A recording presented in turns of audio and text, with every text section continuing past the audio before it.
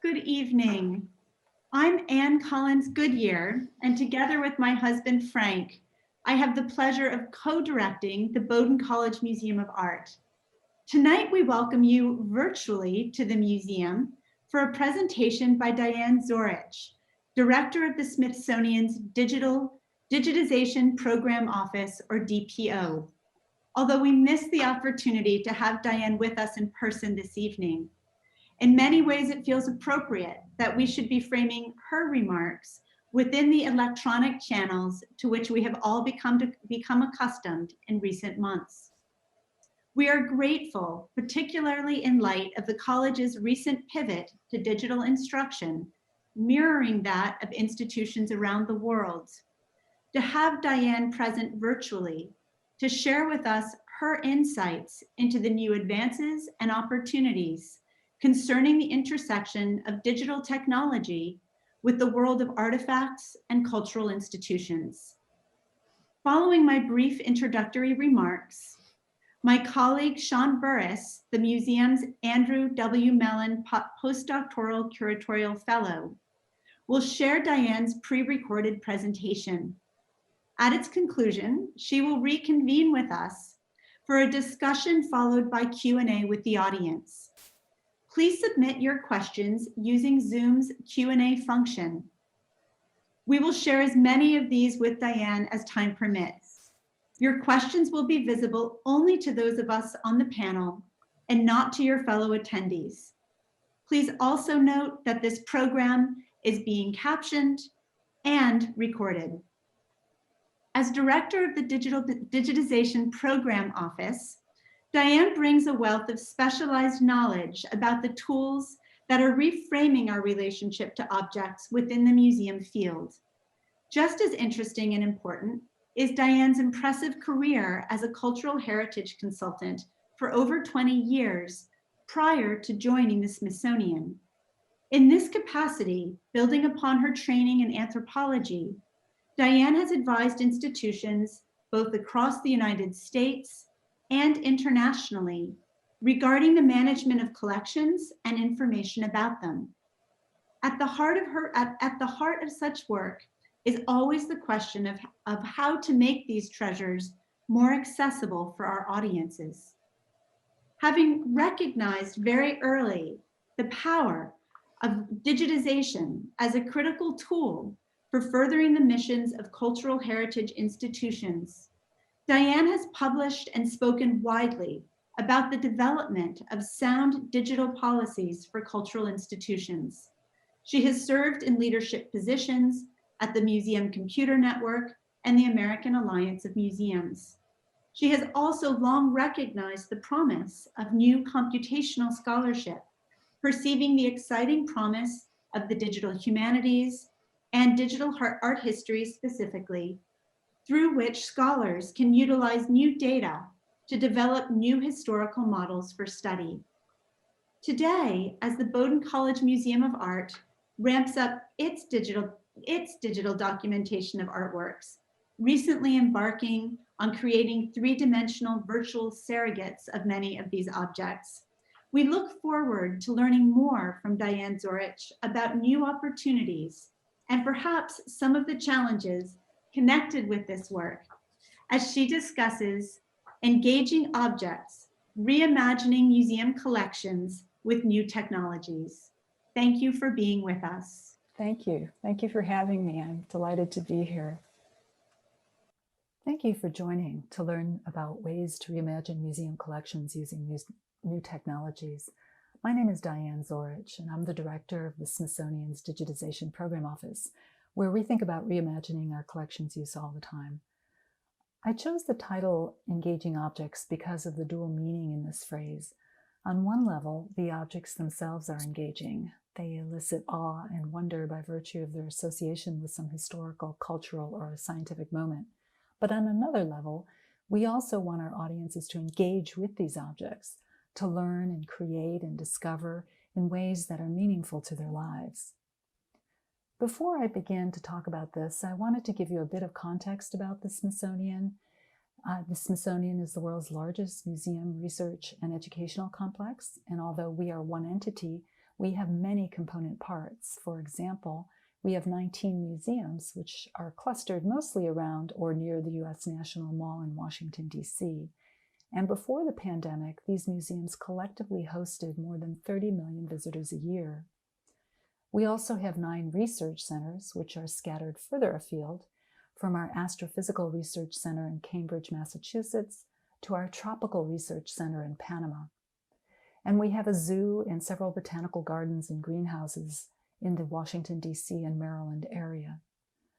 Although our presence is rooted in Washington, our footprint extends globally, since Smithsonian staff and researchers conduct work in over 100 countries. We also have a diverse funding base. About 60% of our budget is funded by the United States Congress through federal appropriations. The remaining 40%, however, comes from places like private donors, foundation grants, partnerships with the private sector, and licensing and retail concessions. So our size and our organizational diversity makes us a nexus for research and education, but it comes with enormous challenges, particularly around digitization. Our foremost challenge involves the sheer size of our collections. We have 154 million objects and specimens, and this number continues to grow because we are an actively collecting institution.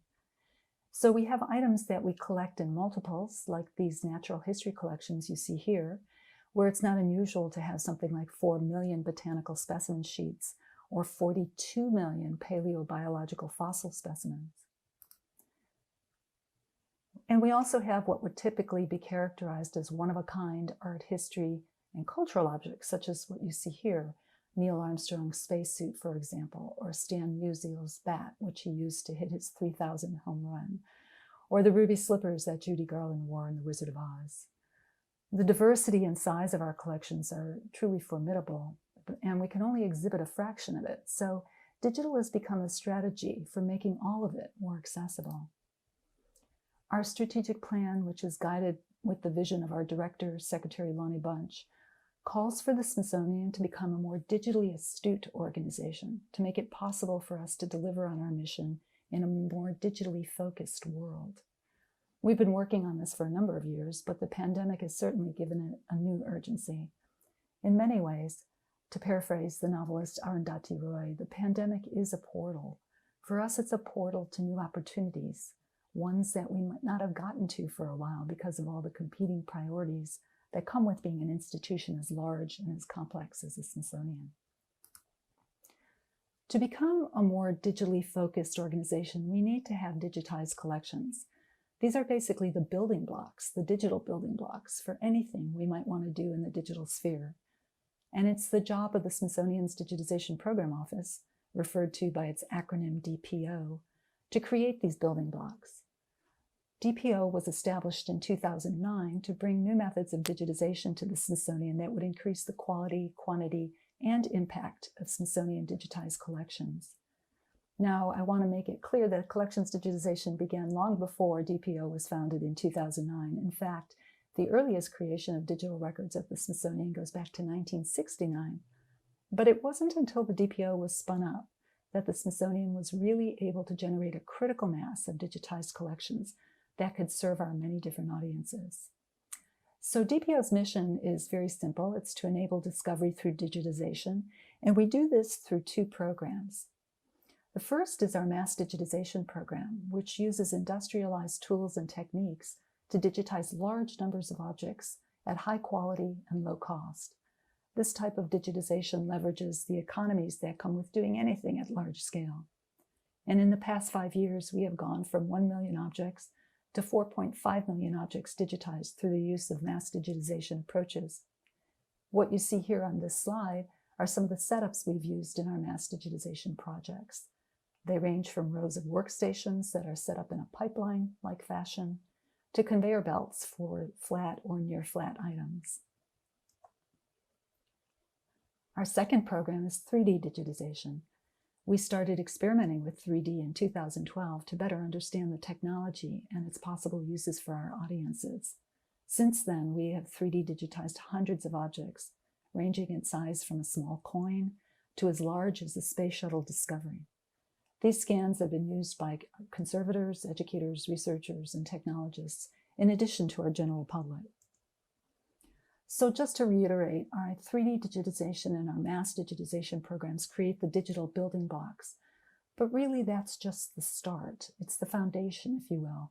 We want everything we do and build from that foundation to have an impact for our audiences. Now, there are many different levels of impact. You could argue, for example, that just making these assets available online is an impact, especially when you consider that less than 1% of our collections are exhibited at any one time. But when we think about impact, we also ask, what can we do in the digital world that we cannot do in the physical world? How do we complement and extend the physical experience? So we're always on the lookout for ideas, technologies, and processes that will help us do this. And for the next few minutes, I'd like to show you some examples of things we've implemented thus far. First, we created a state-of-the-art 3D viewer, which we call Voyager, that lets educators and curators tell stories with our 3D objects, and lets users explore those objects and go through those stories at their own pace. I'm going to show you a brief video here of an object in this viewer to demonstrate some of the potential. What you'll see here is a 3-piece gymnasium suit worn by Ellen Jane Knight in the mid-19th century. It's currently on display at the Smithsonian's American History Museum in a recently opened exhibit on girlhood. The DPO team 3D digitized this piece of clothing, as well as other clothing in the exhibit, and together with educators and curators from the museum, we used this 3D viewer to help audiences explore this outfit in greater detail than can be done in the exhibit. So let me start the narration here. So you start by going into 3d.si.edu on a website, and you see our viewer. You can open it up to a full screen display, and you can select annotations, in which case you can click on certain portions of the clothing that we thought were of interest and find out a little bit more about it. In this case, I chose pockets and also the perspiration stains that are on the back. You can shut off the annotations and use some of the tools that are part of the viewer itself. You can change the lighting source. In this case, I'm going to be using a measuring tool to measure the bow in the back. These measurements are point to point, and since 3D scans are really data points, the measurements are extremely accurate. You can also turn off this particular tool, and if you want to just learn more about the object, you can read about it with information provided by educators and curators, who also in this instance have provided some images as well as the full catalog record.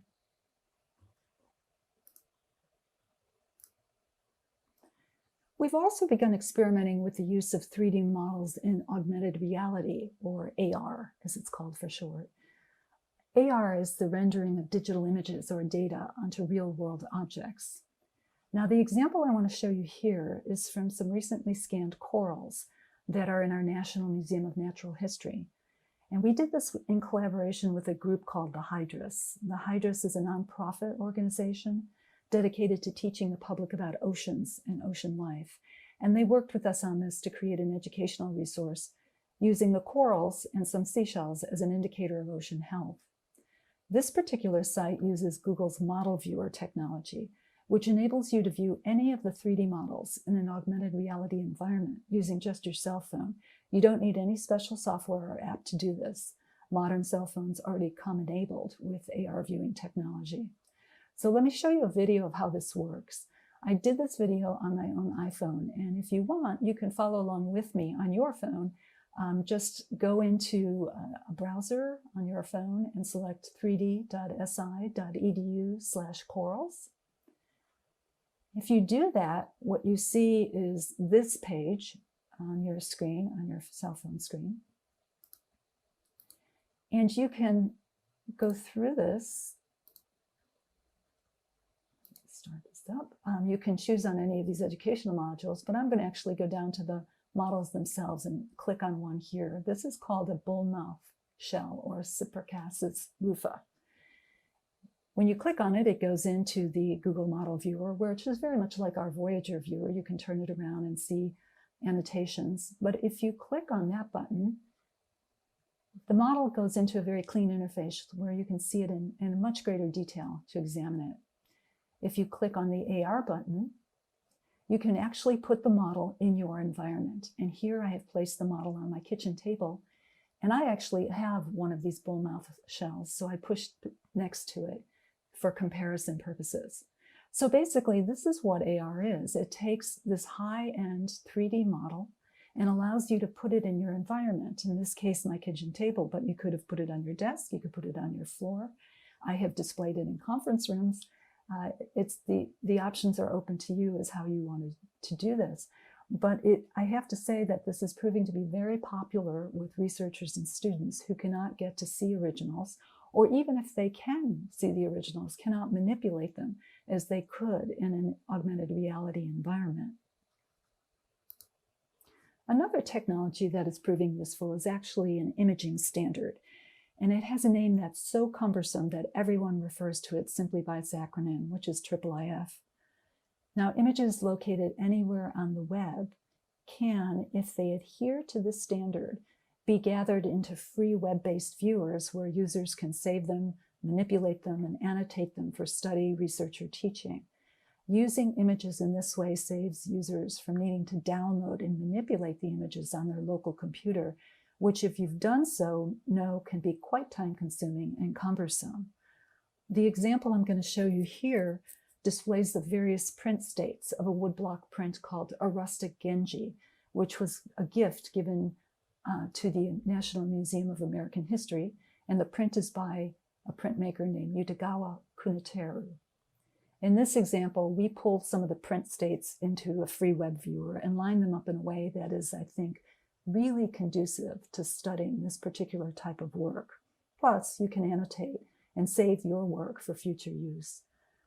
You can also use this tool, some free tools on the web, to do interesting things when your images adhere to the IIIF standard. I'm going to show you a brief animation that basically takes the stated prints from the previous picture and aligns them and overlays them and then animates them in a sequence. And it uses a free tool to do this that's on the web called Comparoscope. I've started from the final state, and I have lined up, or have had Comparoscope line up the images state by state, taking some of the colored images off. So it'll take you back to the first state from the last state. As you can see here, it's almost as if the colors are being peeled off until you actually get to the plain first state of this print. Now, this particular tool is great for still imagery that, when you animate, reveals some new dimension or perspective. For example, I've seen people use this tool to animate IIIF-enabled images of Edward Muybridge's iconic photographs of motions of animals. We're also exploring the technologies of artificial intelligence to support both collections research and collections care. For example, we have used machine learning, which is a subset of artificial intelligence that enables a system to learn from data sets and then apply that learning to new data sets. So we've used machine learning to help identify some botanical species and their distribution. And we've used it for conservation purposes to identify sheets that have mercury contamination on them. Back in the day, mercury was used to limit bug infestation on these sheets before its deleterious effects on humans were known. Machine learning and other artificial intelligence tools are driving new forms of research that are collectively termed computationally driven research. This new type of research is only possible with large digital data sets. And now that we're creating such large data sets through our mass digitization and 3D digitization programs, researchers and staff can do things that just weren't possible, and in many cases were not even imagined only a few years ago. So in addition to doing the machine learning on our botany collections, Smithsonian data scientists are also pursuing computational methods such as text mining, which is another form of artificial intelligence that uses natural language processing. And they're using text mining to explore the Smithsonian's annual reports, which go all the way back to the 1870s, to uncover unheralded women in Smithsonian history. My office, the Digitization Program Office, is also beginning to use computer vision, yet another form of artificial intelligence, in which computers are trained to see and understand the content of digital images. We're using this computer vision with optical character recognition, or OCR, and human transcription to scale up the creation of digital records for collections and to enrich those records to make them more accessible and usable. I would be remiss at this point if I didn't mention that there are many more digital initiatives at the Smithsonian that also use our digital collections to engage audiences in novel ways. One that's gained a lot of traction is called Learning Lab. Learning Lab is a platform for teachers, students, and increasingly caregivers who want to use the Smithsonian's digital collections for teaching and learning. Many educators are using it for developing state-based curricula for K through 12. And there are so many creative curricular projects here. I'm hard-pressed to choose some favorites, but I did identify two that I really like. One is called Angles in Motion, which uses a portrait of the dancer Martha Graham, which is in our National Portrait Gallery. And she uses this portrait to teach students about looking at portraiture in general, but also about mathematical concepts such as angles and scale.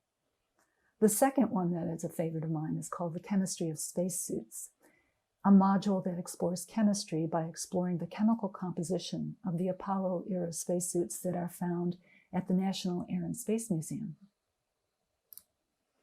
Another Smithsonian platform developed by Smithsonian technologists that is hugely popular is our Transcription Center. It's a project that engages digital volunteers to help transcribe Smithsonian collections-related materials. Once these materials are transcribed, the information is used to enrich the digital collections records. We have tens of thousands of volunteers from around the world who select from dozens of different transcription projects. This is crowdsourcing at, I think, its finest. I had mentioned earlier that we're always looking for new technologies, processes, and ideas that can enable greater impact for those who use our digitized collections. Open access is an example of an idea that has the potential for creating a huge impact. Everything I've talked about so far has been implemented by Smithsonian staff, but open access is all about letting our creators create and implement any way they wish.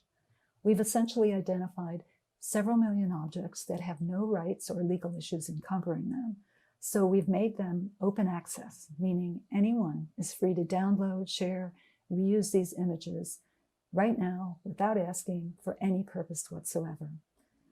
Now, personally, for me, open access is an acknowledgement that there's a lot of creativity and innovation in this world, and we want to help enable it, whether it's in the arts, the sciences, education, or the commercial sector. It's totally aligned with our mission to increase and diffuse knowledge. The Smithsonian announced its inaugural open access collection this past February, and currently there are about 3 million images and 3D models available, some of which are displayed here.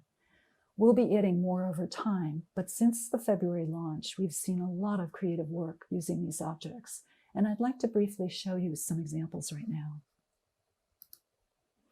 This first one, I have to say, just delighted all of us when we got wind of it. Teriyaku Gensyu, a Japanese toy designer and manga artist, downloaded our 3D woolly mammoth scan, which you can see here on the left. And he created a new version of it, a toy version with opposable joints and an opposable jaw. He also created a manga, or a Japanese comic, which you can see excerpts on the right, that outline the whole process of how he did this.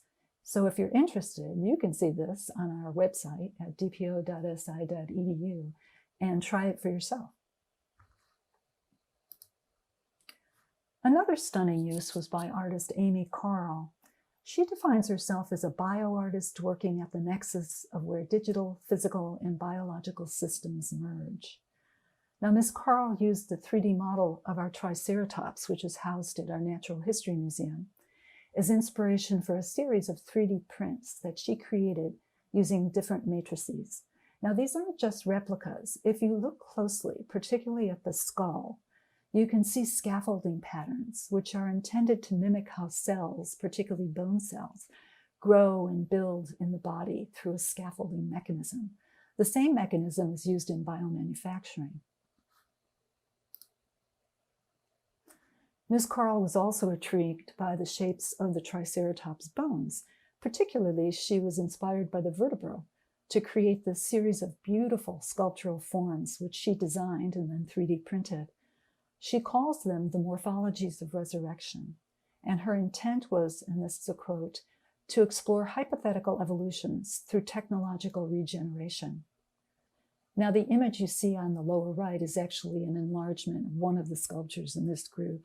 I included it here to show you the intricate details of these works. They are amazingly complex, strong, fragile at the same time, much like a vertebra, I might add. To me, Ms. Carl's work is a wonderful combination of artistic inspiration and innovation. Another creative use of an object in this open access collection comes from the Smithsonian American Art Museum. On the left is a painting by Eastman Johnson entitled The Girl I Left Behind Me, painted around 1872. This painting invokes an Irish ballad that was popular in both the Union and the Confederate armies during the Civil War. The curatorial note that accompanies this painting states that by invoking this ballad, the artist opens up the possibility that this young girl is doing more than just waiting for the return of her husband, but is in fact displaying the ambiguity. The fog surrounding her suggests, for example, a world fraught with ambivalence. So she appears to be waiting for a sign of what will come next. On the right of the screen, you see a work based on a Johnson painting. In this instance, the work is actually a hand-cut collage on paper created by a Washington, D.C. based artist named Sarah Burford, and she entitled it On Fire. Miss Burford substituted a heat map for the girl's dress and added blue streaks to her hair to make for a more fiery contemporary interpretation of the work. This example is by Sarah Warner, a teacher and librarian of rare books who I follow on Twitter. She posted this amazing example of reuse that she'd made. She was struck by the beauty of some cyanotypes created by Bertha Jacques, a respected printmaker whose cyanotypes of wildflowers are in the Smithsonian American Art Museum. So she downloaded some of these and created a pattern that she submitted to one of those online companies that takes these patterns and for a fee will create wallpaper, fabric, stationery, etc. In this case, Ms. Warner created wallpaper, which she then used to decorate one wall in her dining room, which you see here. I hope that this quick tour of some of the ways that the Smithsonian and our audiences are engaging objects will inspire you to explore collections, or if not the Smithsonian's, any other museum's collections, and engage with them in ways that are meaningful to you. Some of the examples I gave here simply are use cases that make one's life more satisfying, beautiful, or pleasurable. Others are truly innovative in their approach, but they all demonstrate the impact that can be had when engaging with museum objects through new technologies. I had mentioned at the beginning of this talk that those of us working in this area see the pandemic as a portal to new opportunities. We've all heard the term new normal, and when we get there, whatever it may be, I feel certain that the Smithsonian will do so as a more digitally engaged institution, exploring how it can extend the potential of its collections in new ways that support research and education, as well as innovation and personal enrichment. Of course, we won't abandon the traditional on-site museum experience, which has a long valued history and purpose. We'll continue to steward and display and interpret collections in our museums, because we know there is awe and power and wonder in seeing original objects. But new technologies allow us to build on that foundation and extend it in ways that were not possible in the physical world. So I thank you for your time and welcome your questions and thoughts and discussion. Thank you.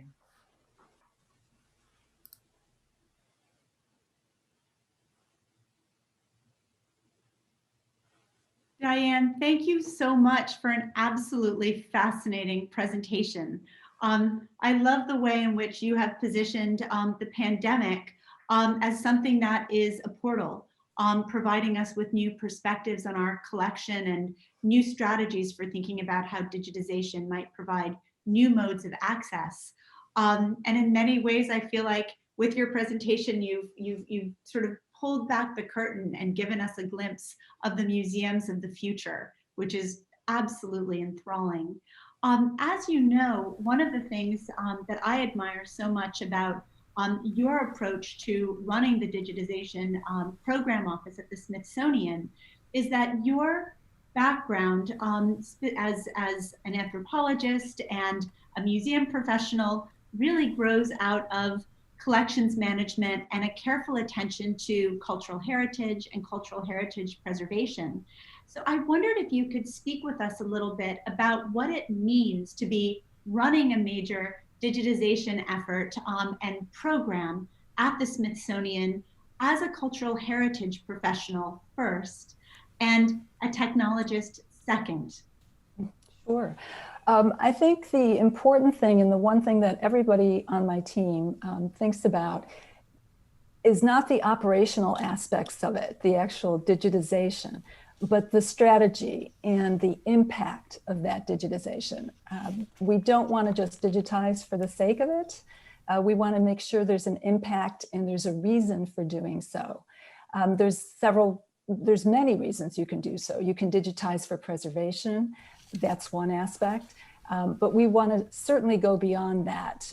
We want to be able to make our collections accessible. And I mentioned early on in the presentation that I think I mentioned less than 1% of our collection is on display at any one time. So really, if we want to make our collection more accessible, digital is the only way to do it. So that's one of the reasons our mission is to move in this direction, just to make it more accessible for everybody. But again, I would go back to the impact. What is the impact of what we're doing? We're doing mass digitization of collections. There's numerous impacts there, from the researcher to the student to the general public. I mentioned computational technologies in there is a huge new research aspect for doing that. And in fact, is something new on our agenda for when we consider what collections we will digitize. We consider the research aspect. We're also, in this time of COVID, considering the educational aspect. What can we make available? Now, Lonnie Bunch has talked about our dual pandemics of COVID and systemic racism. So we have a new kind of push, if you will, to try to digitize collections that are important and have a social impact. So that's another area we're looking at. So all of this is, comes back to the one word of impact. Why are we doing it? What is the impact of doing it? That kind of identifies our priorities for doing it. We have 154 million objects and specimens. I've mentioned we've only gotten 4.5 million done in the last 5 years, which was a huge improvement, but that leaves a lot more to go. So we have to prioritize. Our budgets will have, remained kind of flat, and given what's going on now in the world, will likely remain that way, if not drop. So prioritization is critical. And the way we're going to prioritize is the impacts that we might make. Thank you so much. Yeah, I think that's extremely exciting. And I think one of the things that resonates especially strongly with us at Bowdoin is what you say about the educational mission of the Digital Program Office. And my colleague, Sean Burris, our Mellon postdoctoral curatorial fellow, has probably done more than any other member of the staff at the museum, I think, in terms of putting digitization in the service of new educational opportunities for our students and faculty. So Sean, I know you've been giving that a lot of thought. Well, absolutely. And, I can't take too much credit for it because, Diane, as you know, and Anne, as you know, digitization is really such a team effort, and it requires so many people to be involved. And actually, the question that I have really goes back to this issue of the challenges of scale, perhaps, and thinking through some of the different dynamics of, say, the Smithsonian versus a small campus museum like the Bowdoin College Museum of Art. We are so lucky to have really truly diverse and large collection, but it's nowhere near the size of 154 million objects at the Smithsonian, nor do we have 19 institutions and nine research centers to share expertise with. So I was wondering, on the one hand, it seems that we perhaps don't have some of the challenges of scale that the Smithsonian has, but we also are more limited in terms of staff and funding. What would your advice be to smaller institutions like the Bowdoin College Museum of Art, and how can we look to take part in the great strides in digitization being made today by groups like the DPO at the Smithsonian? Yeah, well, first of all, don't feel bad about not having 19 museums and 9 research centers. It comes with a lot of baggage. But also we are, like I said, the largest museum and research and educational complex. So nobody has, as much complexity, I would argue, as we do, and with our size and scale.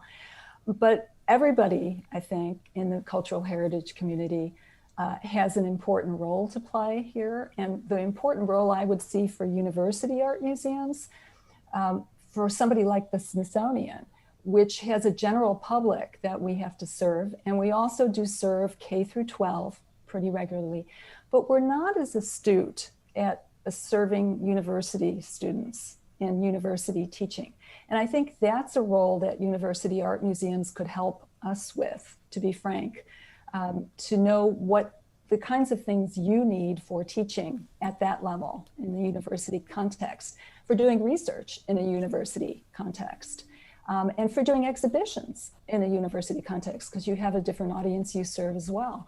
So all of those things would be valuable to any organization, but particularly the Smithsonian, because that's not our environment at all. And our expertise does not lie there. So I would love to be able to collaborate with a university museum like Bowdoin, to be able to get some insights from you on what's important in your context and how we might be able to serve in that context as well, serve you in that context.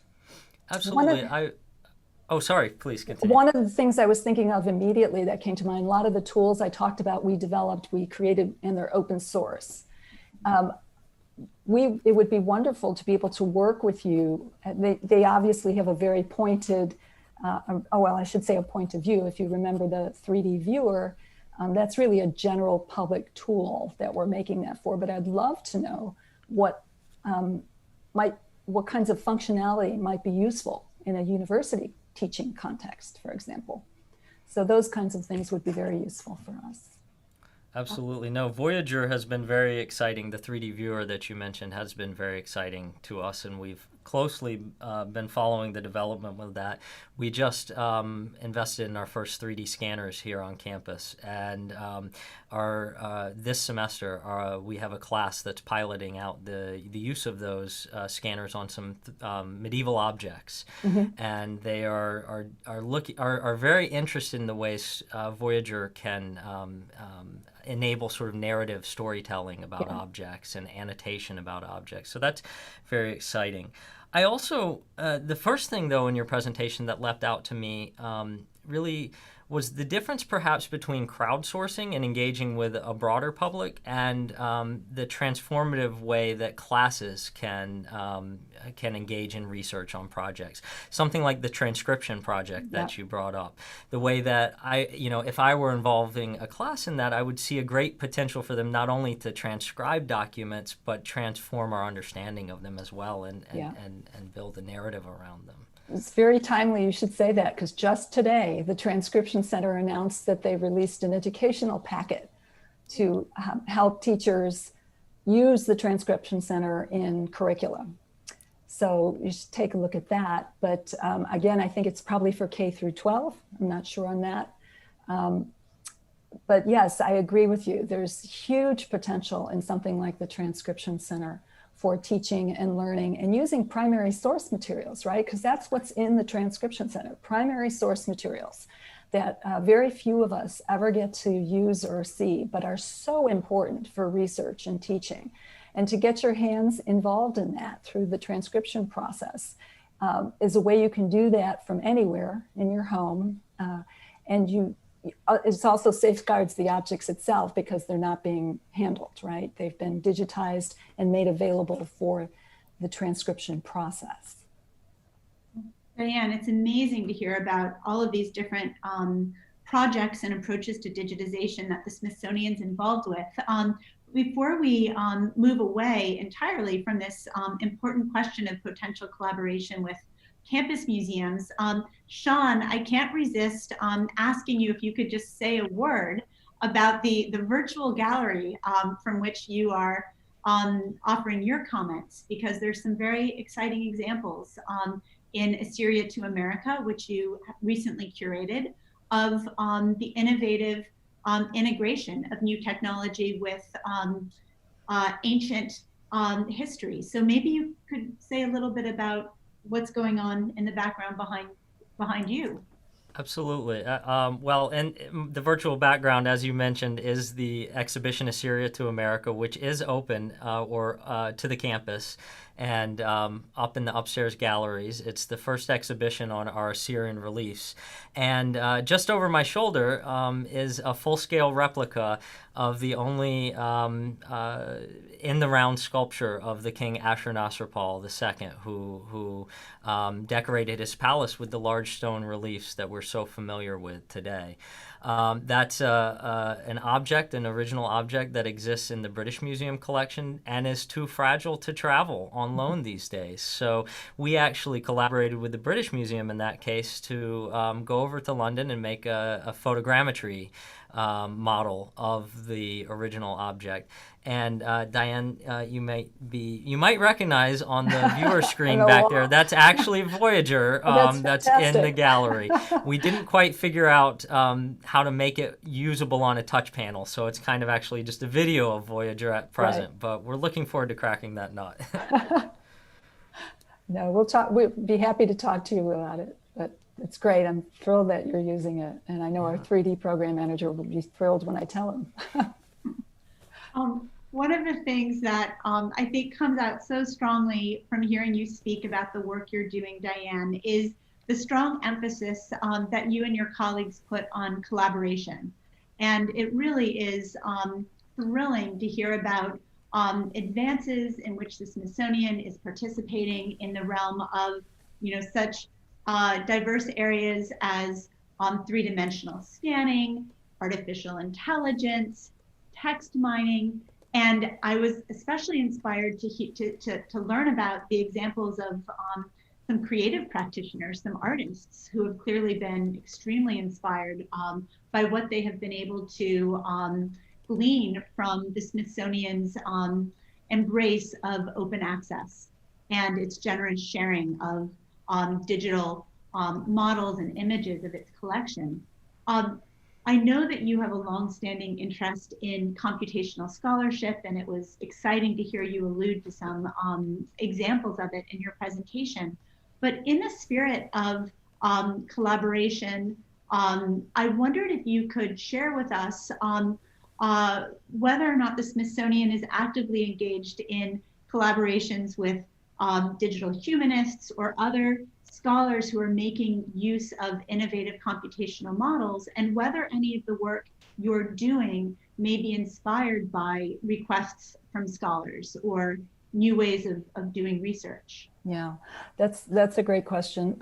We do have now a data science office, and they are sponsoring and hosting fellows, research fellows from various disciplines. And we just had a collaboration that we kicked off with the National Gallery of Art for a digital humanist, if you want to broadly characterize somebody that way, to work as a fellow with us and the National Gallery of Art on using computational technologies, and probably mostly with computer vision, I would imagine, because that's aligned very well with research and study of art collections.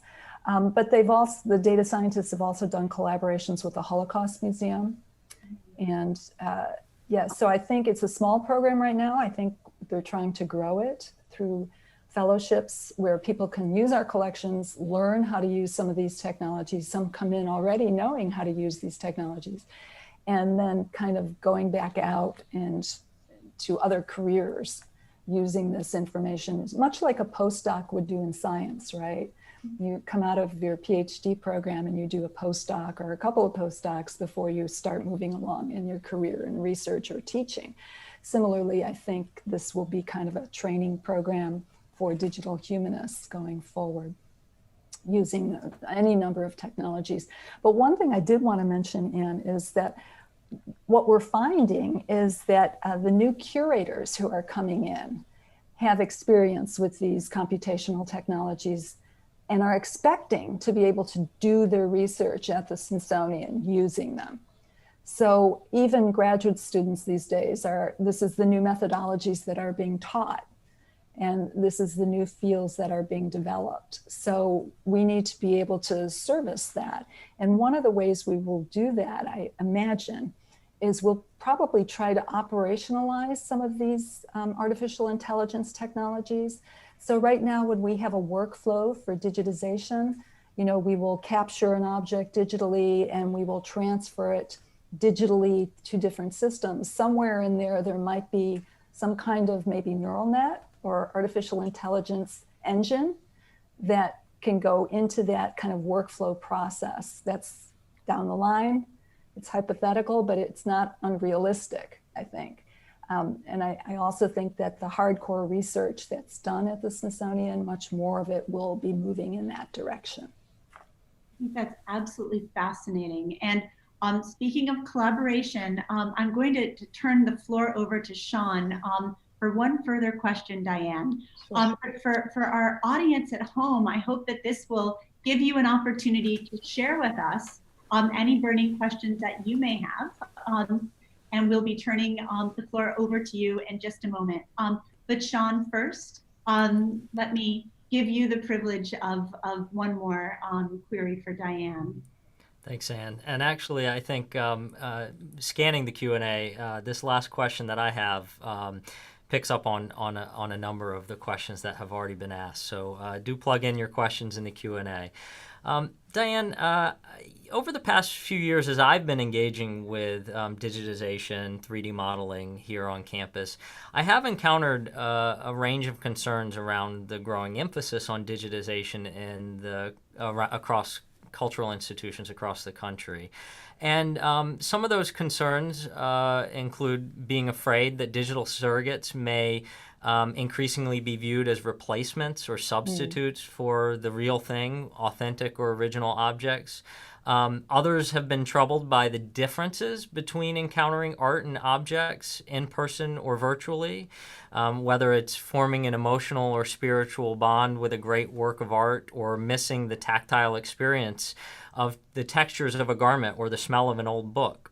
So I wonder, in your own experience, what do you say to scholars, curators, educators who may be skeptical of engaging digital surrogates like 3D models? Yeah, it's a question we get all the time, and I understand the question and where it's coming from, because I love real, original, authentic objects myself. And I think what we have to think about is it's not an either or, right? It's both. Both have their areas of importance and they complement each other.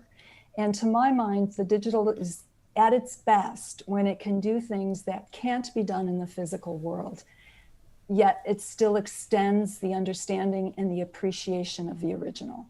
So you're right, you'll never smell a book from a 3D model of a book, right? And that's a limitation of the digital that you will only get with the physical. But I would also like to just kind of step back a little bit and say, if you look at museum visitation, it's pre-COVID, was higher than it's been in my lifetime. People still are drawn by the original. You have these amazing exhibitions that draw people, Leonardo da Vinci works, people line up around the block to see the originals. You can see them online. You can see them and explore them closely online, but you'll stand in line to see them, to see the original. There's a great deal of power there and awe. I also, just speaking from personal experience, and I would imagine it's your personal experience too, when you think about what led to your passion to do what you're doing now in your career, oftentimes it was an encounter with an object, something you encountered that just stopped you in your tracks and made you see or think or smell or do something differently and turned you in a different direction. And I still think that happens with museum objects. And I still see it pre-COVID when I would walk through galleries. I see it all the time with children who will run up to something and go, whoa, right? It's that whoa moment that you cannot replace. Now, with the digital, the things we can do with those whoa moments is take them and say, how can we extend that? How can we do something with that you can't do because that object is behind a glass or, in some case.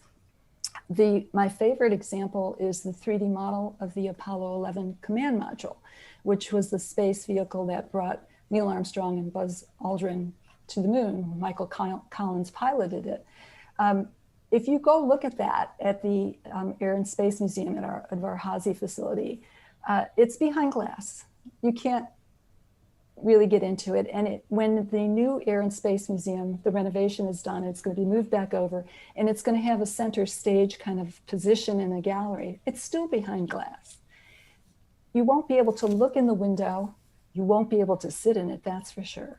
But we've 3D digitized the interior. So now you can go to the website and you can explore it as if you were inside the capsule. So that's something that you cannot do with the physical object that you could virtually. Does it replace the awe of seeing that physical object? Absolutely not. When you go to see that command module, you are just blown away by how amazing it is. Most people are blown away by how small it is, and it had 3 people in it. But yes, there's a great deal of power there, and I think that is never going to change.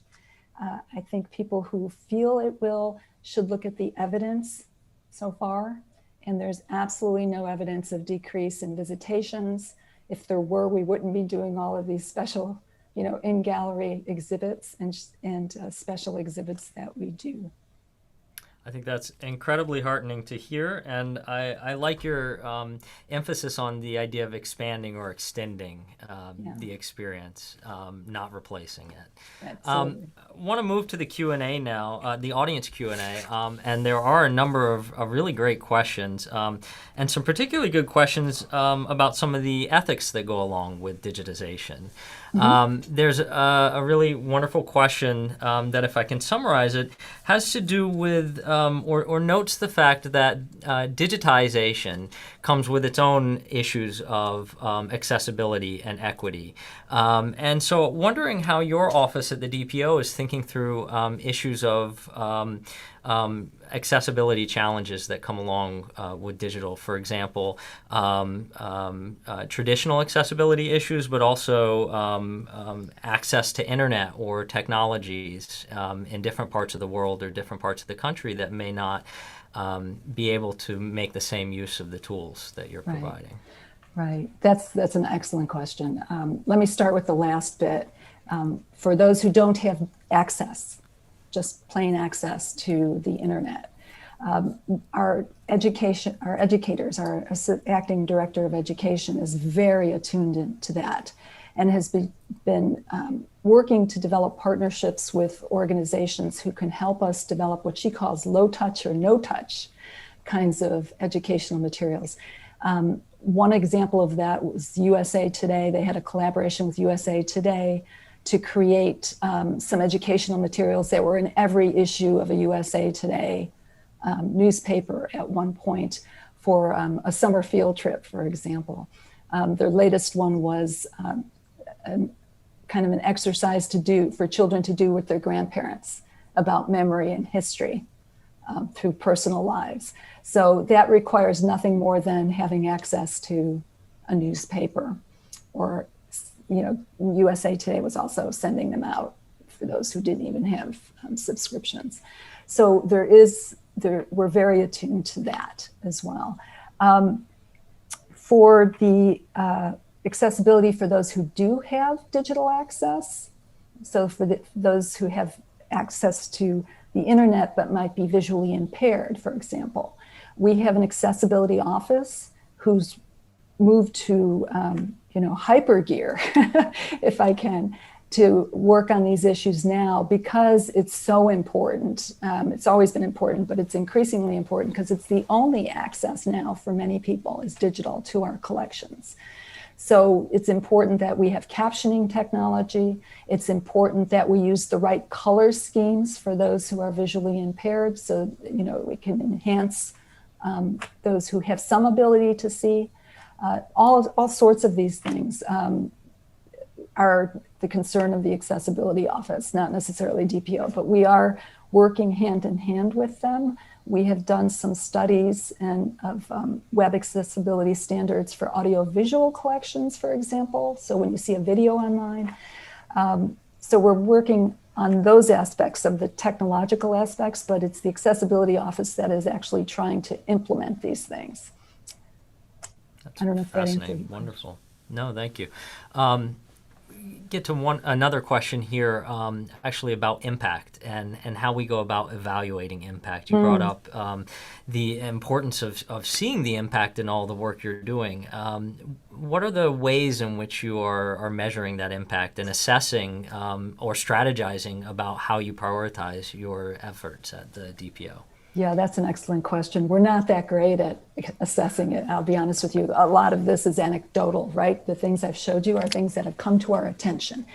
But having said that, the entire cultural heritage community is not very good at assessing. And there's a lot of studies and research being done right now, a lot of it in the UK, on how to, kind of the metrics for assessing impact on the use of collections by different audiences.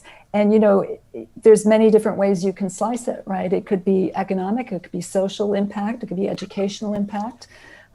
There's probably different ways to measure in each of those areas. So we are behind the curve on that, but I think everybody is, and we know we have to get better at it so we can have the data to show, for no other reason, to show funders that we have proven that we can have an impact on something XYZ, whatever we chose to do. So yeah, it is an issue right now. People will say the metrics that they get from their websites, but those can be interpreted very broadly, right? It can tell you how many people are coming and looking and how long they're staying, but it doesn't really tell you what they're doing all the time. Maybe they sit at a page for a very long time. You still don't know what they're doing to engage with that work on the website. So it's just kind of a baseline, and we have to build up from there. Absolutely. I think we might have time to get to maybe one more question. And I think there's a really interesting question here that notes that digitizing collections is a very expensive pursuit. And with that in mind, the question is, have museums given any thought to monetizing that work? And what are the ethics of commercializing data? Very much in contrast, perhaps, to the principles of open access. So I wonder if you could let us know how you've landed at the Smithsonian. Well, I wouldn't say we're monetizing it. We're trying to develop partnerships with it that would help us as well, because we're not really probably very good at knowing how to monetize our data, right? But we are very good at knowing what that data is and how people use it. So there's a lot of commercial, if you just look at the home assistance devices, right, that you can get now from Amazon or Echo or those, they take their answers from trusted resources, right? Data from trusted resources, whether that be Wikipedia or, you know, any other encyclopedia or any other thing. That the Smithsonian is a very trusted resource, and its data is a trusted resource. So a lot of companies will come to us to ask about partnerships, to use our data to improve something they have, and in return will help us do something we need to have done. So it's not kind of a transaction where there might be money involved as much as skill transfer, or kind of an in-kind back and forth. Yeah, I think that would be probably the best way to say that. Having said that, though, you know, our metadata is all open access. So if anybody wanted to take our metadata at any commercial company and use it for something, they could, right? They certainly could. Diane, we are so grateful to you for sharing your expertise and your insights with us this evening. This hour has absolutely flown by. I regret that we haven't had an opportunity to get to all of the fascinating questions that have come up in our Q&A channel, but I hope that we'll have an opportunity to continue speaking with you about the ways in which the important work you're doing at the Smithsonian can continue to benefit many museums across the world, and specifically perhaps to enter into ongoing conversations about the important impact we know you can have in the realm of campus museums and research and learning in institutions of higher learning. Well, thank you. Diane, thank you. No, thank you. And I look forward to continuing to discuss these things with you. And if anybody who is watching has any questions, I'm happy to follow up. The last slide had my contact information. You could just go to Smithsonian DPO and find me as well. So thank you so much. Thank you, Sean, as well. Thank you. Thanks everybody for listening. I appreciate it.